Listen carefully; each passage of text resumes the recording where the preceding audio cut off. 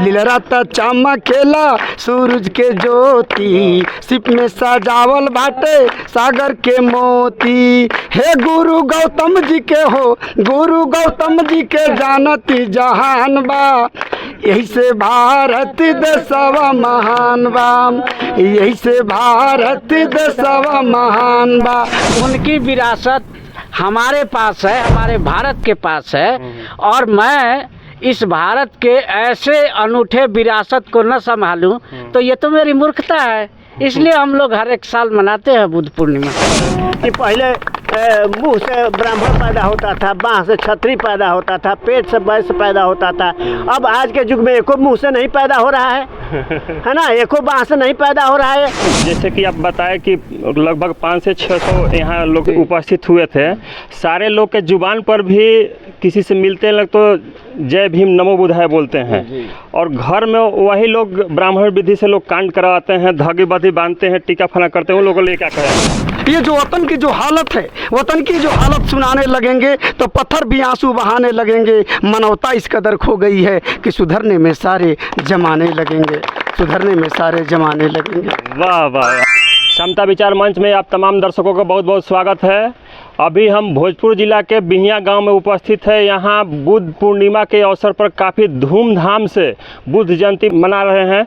यहाँ देख रहे हैं कितना दर्शक लोग यहाँ पर खड़े हैं। आइए इन लोग से थोड़ा सा समझते हैं कि बुद्ध पूर्णिमा क्यों मनाते हैं, इसको मनाने से क्या फ़ायदा है और समाज में क्या फ़ायदा पहुँच सकता है।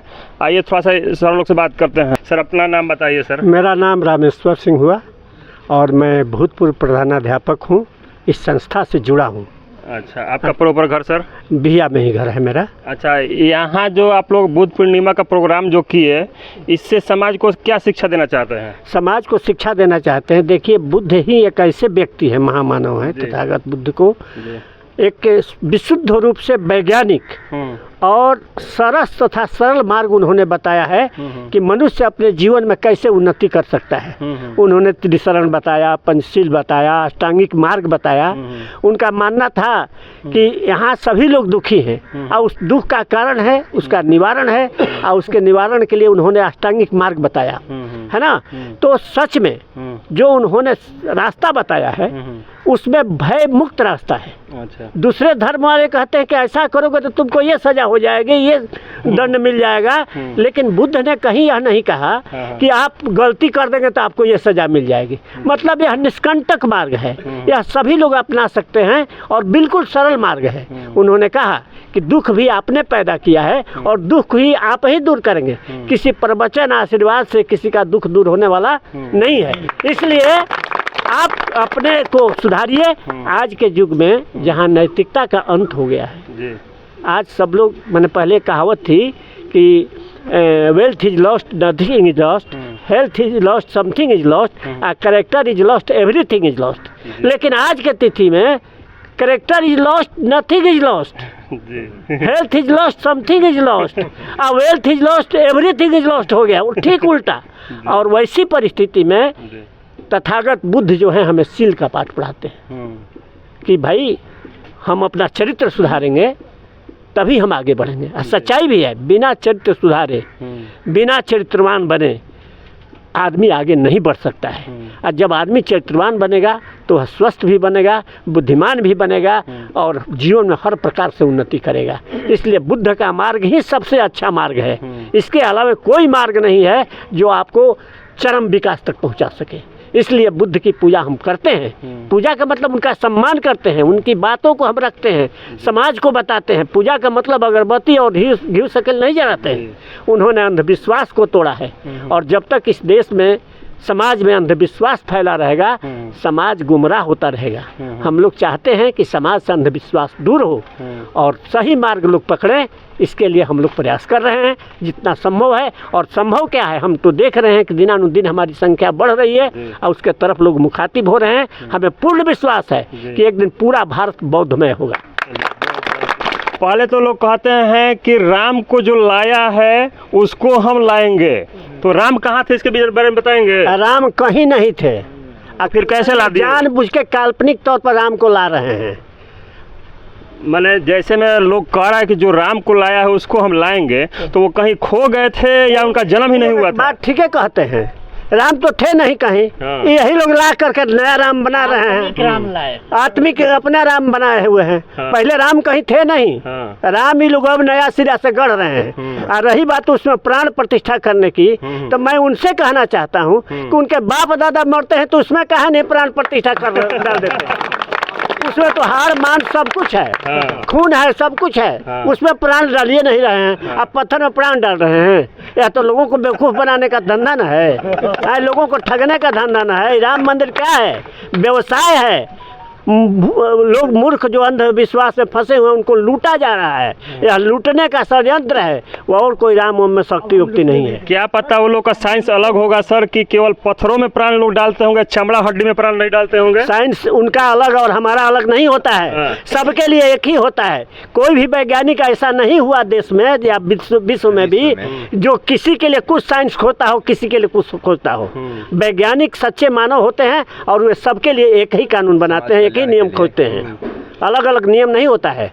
एक चीज़ अंत में आपसे और पूछना चाहेंगे सर, कि हमारे देश के प्रधानमंत्री जो अपने को हिंदू बताते हैं और अपनी ही माता के मर जाने के बाद में सिर मुंडन नहीं करवाए, इस विषय में क्या कहेंगे? देखिए, उनके कथन या करनी में आकाश पाताल का अंतर है। वो जो कहते हैं वो करते नहीं हैं। हम लोगों का यही मानना है। तो इसलिए वो क्या है और क्या नहीं है, वो जहाँ जाते हैं वैसा उसके मुताबिक बोल देते हैं। इसलिए उनके सिद्धांत इस मैटर पर हमको कुछ नहीं कहना है। ये सिर्फ दिखावे के लिए जहाँ जैसा सूट करता है वैसा बोलते हैं। कहने का मतलब मेरा ये है कि जहाँ जाते हैं वहाँ हिंदू मुस्लिम करते हैं, यानी कि अपने को हिंदू साबित करते हैं, और हिंदू जाति में रह के भी हिंदू रिवाज के कर्म कांड को नहीं करते हैं। उस विषय में क्या कहेंगे? देखिए, हिंदू शब्द ही गलत है। हिंदू इसलिए कहते हैं क्योंकि भारत हिंदू और मुसलमान में बटा हुआ है। हिंदुओं की संख्या अधिक है, उसलिए एक आदमी को टारगेट करके हिंदुओं के नाम पर गोलबंदी करना चाहते हैं, अपनी सत्ता चलाना चाहते हैं। लेकिन ऐसी बात नहीं है। पूरा मानव हम लोग हैं। यदि ऐसी ही बात है तो सभी हम लोग भारतीय हैं, सभी मनुष्य हैं, न कोई हिंदू है न कोई मुसलमान है। इन लोगों के शास्त्रों में तो लिखा हुआ है कि पहले मुंह से ब्राह्मण पैदा होता था, बाँह से क्षत्रिय पैदा होता था, पेट से वैश्य पैदा होता था। अब आज के युग में एको मुंह से नहीं पैदा हो रहा है ना, एको बाँह से नहीं पैदा हो रहा है, सब एक ही तरह से पैदा हो रहे हैं, है ना। तो इनका क्या लिखे हैं, क्या वो पढ़ेंगे, वो अपने लिखते हैं, अपने पढ़ते हैं। हम लोग इस बात को समझ गए हैं। हम लोग बुद्ध को छोड़ के, साइंटिफिक बातों को छोड़ के किसी चीज़ को मानने वाले नहीं है। इसी विचार का प्रसार हम लोग करते रहेंगे। चलिए, बहुत बहुत धन्यवाद सर। सर, मेरे चैनल में आपका बहुत बहुत स्वागत है। आपको भी धन्यवाद। अच्छा सर, आप लोगों को कैसे विचार बना कि बुद्ध का ही पूजा होना चाहिए? महामानव बुद्ध मनुष्य को जीने की सही पथ दिखाए हैं और कैसे मनुष्य को जीना चाहिए उन्होंने अपना धर्म में सब कुछ बताया है। उसे अपना कर कोई भी मनुष्य दुखी नहीं रह सकता। सबको सुख प्रदान करने वाला धर्म का एक एक पॉइंट है। इसलिए ये संदेश देना चाहिए कि बुद्ध पूर्णिमा के दिन बुद्ध का जयंती धूमधाम से मनाएं और उनके विचारों पर चलें। अच्छा, इसमें बुद्ध का कुछ ऐसा शब्द बताइए जो समाज के लिए बहुत कारीगर हो। बुद्ध ने पंचशील बताया था कि हमें चोरी नहीं करना चाहिए, हमें हत्या नहीं करना चाहिए, हमें नशा नहीं करना चाहिए, व्यभिचार नहीं करना चाहिए। इस तरह से उन्होंने मार्ग बताया है और किसी भी मार्ग को सुदृढ़ करके चलने से मनुष्य सफल होता है। चलिए, बहुत बहुत धन्यवाद सर। आइए सर, मेरे पास एक और सर हैं। सर, अपना परिचय दे दीजिए। मैं जो यहाँ जिस संस्था के द्वारा यह बुद्ध पूर्णिमा आयोजित है जी, उसका मैं अध्यक्ष हूँ और मेरे संस्था का नाम बुद्ध की शाम बुद्ध के नाम है। और आपका नाम सर? मैं डॉक्टर अरविंद कुमार सिंह। अच्छा। मैं फ़िलहाल ऐसे रोहतास ज़िले में प्रोफेसर हूँ कॉलेज में, लेकिन मेरा निवास यही है और आज मेरे ही निवास पर यह संस्था, लेकिन पूरे संस्था के सहयोग से यहाँ आयोजित है। और पूरे हमने देखा पूरे इलाके के मतलब बिहियां के इर्द गिर्द के जितने लोग हैं सब लोगों ने मेरा सहयोग किया और अभी तो ये समापन का दौर है। शुरू में यहाँ कम से कम 400-500 के करीब लोग जो है इकट्ठा हुए थे और सबने बुद्ध के संदेश को सुना। हमारे बहुत सारे वक्ता जो है बुद्ध के बारे में बतलाए और बहुत सारे उनके जीवन से संबंधित और उनकी शिक्षाओं के बारे में बहुत सारी बातें हुई। बुद्ध के जीवन में जो मिथक भी पैदा किए जाते हैं कुछ विरोधी लोगों के द्वारा, उन मिथकों पर भी चर्चा हुई कि देखिए बुद्ध के बारे में गलत संदेश समाज को जाता है, उसके तरफ मत जाइए, बल्कि बुद्ध के सही शिक्षाओं को ध्यान दीजिए और उनके मार्ग पर चलने की कोशिश। एक चीज़ और पूछना चाहेंगे सर, देखते हैं कि जो और विधि व्यवस्था होती है जो अपने को हिंदूवादी लोग कहते हैं, उसमें होता है कि पूजा पाठ की प्रक्रिया होती है। कुछ लोग होते हैं कि बौद्ध धर्म में भी पूजा पाठ कराते हैं, उस विषय में क्या कहना है? देखिए, बुद्ध तो कभी नहीं कहे हैं कि हमारा पूजा किया जाए, लेकिन मैं आपको उनकी एक छोटी सी कहानी सुना करके बात करता हूँ कि बुद्ध जब उनका अंतिम समय आ गया था परिनिर्वाण का जी, तो अपने प्रिय शिष्य जो उनके भाई भी थे आनंद से उन्होंने कहा कि देखो आनंद, मैंने तुमसे तो कोई बात नहीं छिपाया है, सारी शिक्षाएं तुमको बता दी, इसलिए अब मेरे जाने का समय हो गया, इसके बाद तुम ही संभालोगे इसको। तो आनंद दूसरा सवाल करते हैं कि तथागत आपके अवशेष का क्या होगा, मतलब जो ये भौतिक शरीर है उसका क्या होगा। उसमें चुप रह गए। चुप रहने के बाद आनंद ने दोहराया तेहराया, तो लास्ट में उन्होंने कहा कि देखो, मैं तो चाहता हूँ कि इस दुनिया में दुनिया के लोग केवल आभासी रूप में मेरा नाम जाने केवल, और वो क्या कैसे थे क्या थे इस बारे में नहीं जाने। लेकिन उन्होंने कहा कि नहीं, बहुत लोग तो आपको याद करना चाहता है। तो आनंद से कहा कि तब ऐसा करो, मेरे अवशेष को जहाँ जहाँ रखा जाए वहाँ एक गोल स्तूप बना दिया जाए और वहाँ लोग जाएंगे, प्रदक्षिणा करेंगे, तो बुद्ध के धम्म में उनकी आस्था होगी और अपना जीवन संवारेंगे। इतना हुआ, इसके बाद भी लोग माने नहीं। बुद्ध से इतने बुद्ध के प्रेमी थे, इतना प्रेम था कि बुद्ध के जिन लोगों ने चेहरा देखा था उन लोगों ने स्केच करके बुद्ध की मूर्ति बनाई। और आज देखते हैं कि पूरे, अगर भारत की बात की जाए और भारत के बाहर की भी बात की जाए, तो बुद्ध की मूर्तियां जितनी प्रचुर मात्रा में है, शायद किसी भी देवी देवता भगवान जीसस क्राइस्ट किसी का नहीं।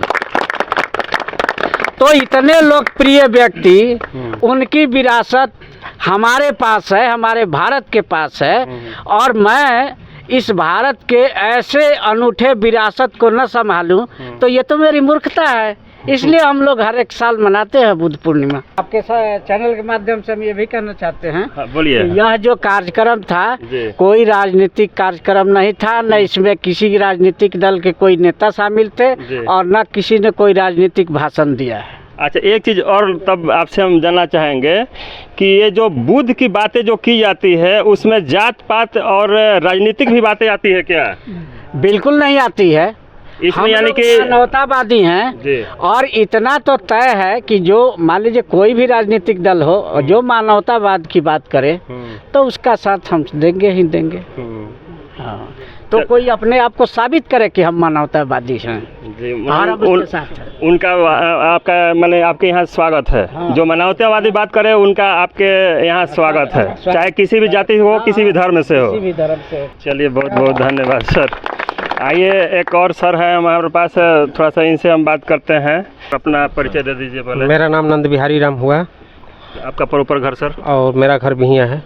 अच्छा, एक चीज़ हम बताना चाहेंगे सर कि यहाँ शादी और श्राद्ध है लोग बुद्ध विधि से करते हैं, उसमें और विधि से कैसे ये अच्छा लगता है आप लोगों को? क्योंकि बौद्ध विधि जो है वह पखंडवाद से मुक्त है। अच्छा। और दूसरे विधि में इतना ना अडंबर है कि लोगों को भयभीत किया जाता है कि ये नहीं कीजिएगा तो ये होगा, ये नहीं कीजिएगा तो। लेकिन बुद्ध विधि में इस तरह की बात नहीं है। ये साधारण विधि से इनकी विवाह जो पद्धति है वह अपनाई जाती है। अच्छा, कितने लोग हैं समाज में जो कि नाम तो देते हैं शोक सभा का, किसी की मृत्यु हो जाने के बाद कितना लोग नाम देते हैं कि शोक सभा कर रहे हैं, उसमें लोग भोज भात कराते हैं, मुंडन करवाते हैं, इस विषय में क्या कहेंगे? हमको लगता है कि इस तरह का जो प्रचलन है ये बंद होना चाहिए, चूँकि हमारे समाज में बहुत तरह के लोग हैं, गरीब लोग भी हैं, अमीर लोग भी हैं। तो हमको लगता है कि श्राद्ध में जो भी खर्च होता है और अनावश्यक रूप से खर्च होता है, तो यह जो है गरीब लोगों का जो आर्थिक स्थिति को पर बुरा प्रभाव पड़ता है। इसके चलते हमको लगता है कि इस परंपरा से अब हम लोगों को मुक्त होने की ज़रूरत है। अच्छा, एक चीज़ क्लियर करना चाहते हैं आपसे कि कोई कितना भी खराब हो आपका घर का सदस्य और वो मर जाता है और मरने के बाद में लोग भोज कराते हैं, ये भोज उचित है या अनुचित है? ये तो हमको लगता है कि आडंबरवाद है और फिजूल खर्ची है, यानी कि नहीं होना चाहिए। मृत्यु के बाद वो जो भोज कराए तो मृत्यु भोज नहीं होना चाहिए। नहीं, ये बिल्कुल नहीं है। जब हम लोग को जितना हम लोग श्राद्ध में खर्चा करते हैं, चाहे फिजूल खर्ची करते हैं, उस पैसे को हम लोग अनाथ बच्चों में, जैसे कपड़ा है, किताब है, स्कूलों में जो बच्चे गरीब हैं उनको किताब बांटिए। इस तरह का गरीब मोहल्लों में जो है जिनकी ज़रूरत है, जाड़े के दिनों में कंबल है,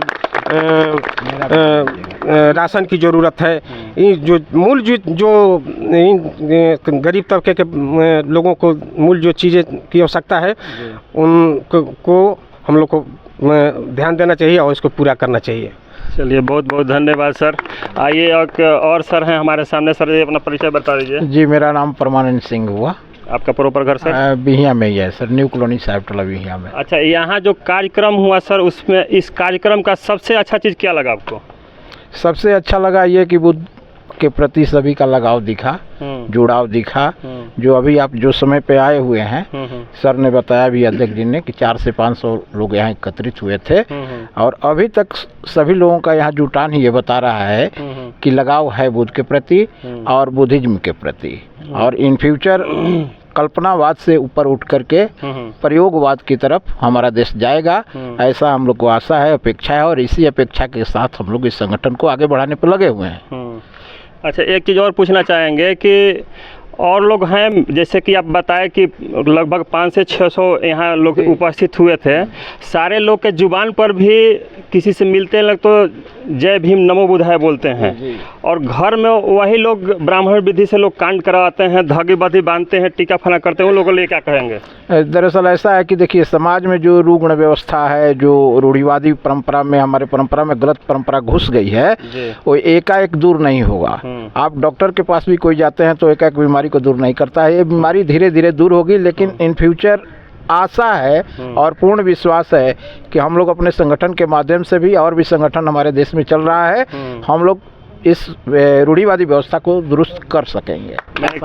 क्या लग रहा है कि आपको बदलाव हो रहा है? पहले के बदलाव बहुत सारा दिख रहा है, क्योंकि आप देख रहे हैं बहुत जगह भी गए होंगे, बहुत सारे जगह पहुंचे होंगे, तो निश्चित रूप से लोगों का झुकाव बुद्ध के प्रति हुआ है, बुद्धिज्म के प्रति हुआ है और वैज्ञानिकता के प्रति हुआ है। कल्पनावाद से लोग उबरना चाहते हैं और बहुत ग्रसित हो चुके हैं और उसमें कुछ मिल नहीं रहा है, उन लोगों को कोई फायदा नहीं हो रहा है। तो मैं आपको भी धन्यवाद देता हूं सर, जो आप मेहनत करके आए हम लोग का यहाँ कल्पना को लोग अस्वीकार कर रहे हैं और वास्तविकता। चलिए, आइए थोड़ा सा, एक सर हैं, थोड़ा सा इनसे बात करते हैं। सर, मेरे चैनल में आपका बहुत बहुत स्वागत है। मैं सबसे पहले तो मैं आपको स्वागत अभिनंदन करना चाहूँगा, कारण कि देखिए, मैं बार बार बोलता हूँ, जो चीज़ आप आज सर लेकर आए हैं, क्या पूछना चाहते हैं सर, ये बताइए, मैं उसी पर थोड़ा सा बात करूँगा। अच्छा सर, यहाँ जो बुद्ध परिवार का होता है, मीटिंग जो हुआ है, उसमें क्या व्यवस्था आपको अच्छा लगा? सर, यहाँ पर तो मत पूछिए। अगर मेरे ख्याल से लगता है कि अगर बिहिया के अंतर्गत जिस प्रकार से प्रोफेसर सर के माध्यम से आज ये ढेर सारे लोग यहाँ पर आए हैं, तो मैं सबसे पहले तो मैं चाहूँगा कि प्रोफेसर सर के लिए एक बार ज़रूर सम्मान हो। और ये बहुत बड़ी बात है कि वही चीज़ जो यहाँ से भारत से ही विश्व के तमाम देशों में बौद्ध धर्म गया, वहाँ के लोग अग्रसर हुए और हम लोग पीछे हैं, और आज फिर से वही चीज़ अपना करके फिर हम नंबर 1 बनना चाहते हैं। चलिए, बहुत बहुत धन्यवाद सर। एक क्वेश्चन और पूछना चाहेंगे हम आपसे। जैसे हमारे देश के प्रधानमंत्री हैं जो कि विदेशों में जाते हैं तो बोलते हैं कि हम बुद्ध के धरती से आए हैं, और यहाँ राम के मूर्ति में प्राण डालते हैं, इस विषय में क्या कहेंगे? देखिए सर, ये चैनल के माध्यम से ये बताना मैं चाहता हूँ कि ये जो चीज़ें हैं, जो अंदर में क्या रखे हैं, जाते हैं तो वहाँ पर बोलते हैं कि लैंड ऑफ बुद्धा, यानी कि हम बुद्ध के धरती से आए हैं, लेकिन यहाँ पर आने के बाद में बुद्ध को भूल जाते हैं, तो बड़े ये शर्म की बात है। और मैं चाहता हूँ ये संदेश हर जगह तक ये जानी चाहिए। अरे बाबू, हमें युद्ध नहीं चाहिए। लोग बोलते हैं कि हमें युद्ध नहीं, बुद्ध चाहिए।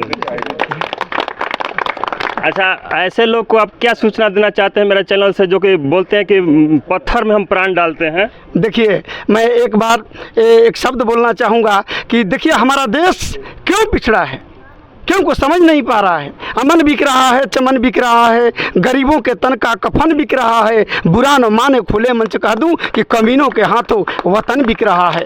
और एक बात और मैं बताना चाहूँगा, ये जो वतन की जो हालत है, वतन की जो हालत सुनाने लगेंगे तो पत्थर भी आंसू बहाने लगेंगे। मानवता इस कदर खो गई है कि सुधरने में सारे जमाने लगेंगे, सुधरने में सारे जमाने लगेंगे। वाह वाह, आपके तो कविता हमको दिल को एकदम झकझोर के रख दी है।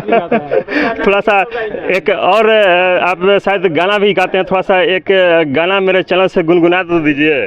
वही वाला गाना गुनगुनाइए सर। आप लोग भी, मैं चाहूँगा, इस गीत को मैं अभी दे चुका हूँ और अभी मैं दे रहा हूँ कि ये जो हमारा देश है, हमारा पूरे देश पूरे विश्व में नंबर 1 था और आज भी हम नंबर 1 की ओर जा रहे हैं। तो मैं कहना चाहूँगा आप सभी लोगों से कि लीलरात चमकेला सूरज के ज्योति, आसिफ में सजावल बाटे सागर के मोती। गुरु गौतम जी के जानती जहान बा, यही से भारत देशवा महान बा, यही से भारत देशवा महान बा। लीलरात चमकेला सूरज के ज्योति, सिप में सजावल बाटे सागर के मोती। हे गुरु गौतम जी के हो, गुरु गौतम जी के जानती जहान बा, यही से भारत देशवा महान बा, यही से भारत देशवा महान बा। दूसरी कड़ी में मैं कहना चाहता हूँ कि विश्व गुरु नामवा से भारत कहाला, विश्व गुरु नामवा से भारत कहाला। सोना के चिड़ैया हो देशवा बुझाला, सोना के चिड़ैया हो देशवा बुझाला। उत्तर में खाड़ा भाई माले के चोटी, प्यार दुलार मिले और ऊंच कोटी, प्यार दुलार मिले और ऊंच कोटी। हे शांति नामवा से हो, शांति नामवा से जानती जहान बा, यही से भारत देशवा महान बा, यही से भारत देशवा महान बा। जय बुद्धा, जय अशोका। बहुत बढ़िया सर जी, बहुत बढ़िया। इधर जैसा कि आप लोगों ने इतने लोगों के विचारों को आप लोगों ने सुना, अगर इन लोगों के विचार से आप लोग भी सहमत हैं तो हमारे चैनल को सब्सक्राइब करें, शेयर करें, लाइक करें, और वीडियो अच्छा लगे तो ज़्यादा से ज़्यादा सब्सक्राइब और शेयर ज़रूर करें।